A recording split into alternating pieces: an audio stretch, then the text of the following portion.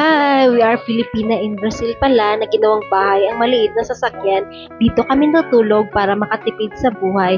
Paalis na pala kami sa tinutulugan naming gasoline station. Usually, naghahanap talaga kami ng gasoline station na bukas 24 hours para alam namin kahit natutulog kami ay may nagbabantay. Dito pala kami naliligo sa Smart Fit. Isa ito sa pinakamalaking gym dito sa Brazil. Kahit saang lugar ay meron silang branch kaya hindi ka talaga mahihirapan kahit saan ka mapadpad dito sa Brazil. Guys, pumasok na nga kami at ginagamitan lang ito ng biometric para makapasok ka. Alam niyo ba guys, dito sa Brazil guys, bawat company guys ay meron silang access para maka-gym sila guys para sa mga trabahante guys. Kaya marami talagang nag-gym dito sa Brazil. Ito pala yung CR sa loob ng gym. Marami silang liguan at may CR din. Yan guys, maliligo na kami. Pero bago ang lahat, mag-selfie muna. Yan, smile muna. Ito pala yung lagayan namin ng mga sabon. Bago kami maliligo, syempre kailangan namin gumamit ng chanelas para hindi mabasa yung sapatos namin. Mindset, di ba? Mindset.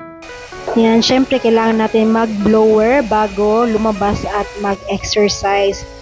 And smile. At sisimula na tayong mag-exercise. Hanapin ko muna yung isang kapartner ko. Dito siya guys, nagpapapayat siya guys, pero kaya siya tumataba kasi lagi siyang kumakain. Matakaw siya sa pagkain. Yan guys.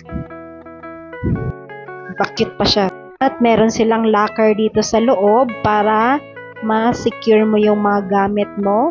Alam nga namang mag-exercise ka, dala-dala mo yung gamit mo, di ba? At meron kaming cute na kandado para safe yung gamit. Pero wala namang magnanakaw dito, guys. Para lang safe, di ba? In case. Yan, bago tayo magbuhat-buhat, guys, ay kailangan muna nating mag-stretching para iwas pulikat or yung pamaol sa Bisaya. Alam niyo ba, guys, yung una kong pag-gym dito, guys, paggising ko, guys, hindi na ako makabangon kasi sobrang sakit sa katawan. Kaya make sure talaga na bago kayo buhat-buhat ng mga bibigat or gumagawa-gawa ng exercise, kailangan talaga yung stretching para iwas talaga sa mga masakit na katawan. Para lumiit yung tiyan mo guys, itong exercise guys, pampaliit to ng tiyan.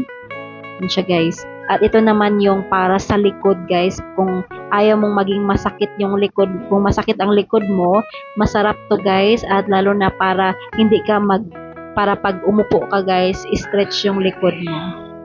Pag gusto mo naman lumaki yung puwet mo guys, kaya yung mga Brazilian malaki ang puwet kasi ganito yung ginagawa nilang exercise para yung puwet mo guys mag-form para parang Brazilian butt lift char. At after namin mag-gym guys ay meron silang massage chair para ma-massage ka. Only for the black members lang guys, tulad namin char. Yan siya guys.